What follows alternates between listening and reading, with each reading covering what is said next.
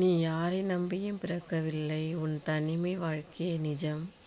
உன் வாழ்க்கை வெறுமையாக இருந்தாலும் அந்த வாழ்க்கையை செழுமையாக்குவதும் உன் கையில்தான் உள்ளது.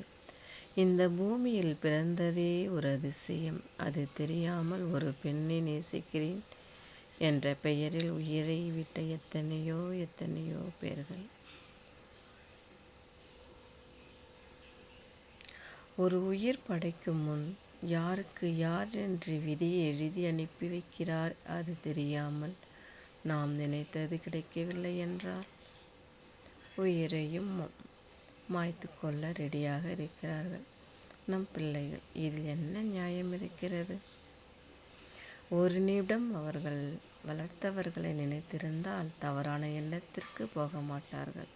நம் மனதிற்கு பிடித்தவர்கள் மட்டுமே வாழ்க்கை அல்ல.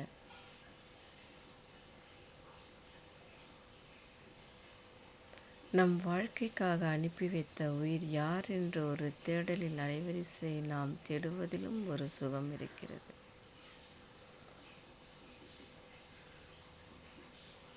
புரியாத வரைக்கும் வாழ்க்கை பயம் இருந்து கொண்டே இருக்கும். துணிந்த பிறகு வாழ்க்கை பயம் உன்னை விட்டு விலகும். துணிந்தவனுக்கு துக்கம் இல்லை, துணியாதவனுக்கே துக்கம் அதிகம். உனது பயமே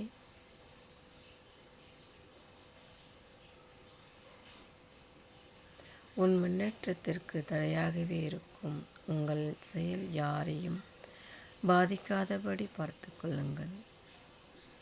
ஒரு உயிர் விலை கொடுத்தாலும் வாங்க முடியாது என்பதை உணர்ந்து உங்கள் வாழ்க்கையை அழகாக யோசியுங்கள், சிந்தியுங்கள்.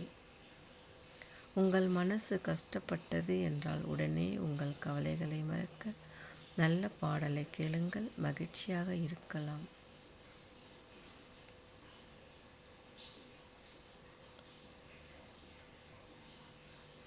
நம் கவலைகளை எல்லாம் மறந்து போகும். நான் அப்படித்தான் பாட்டை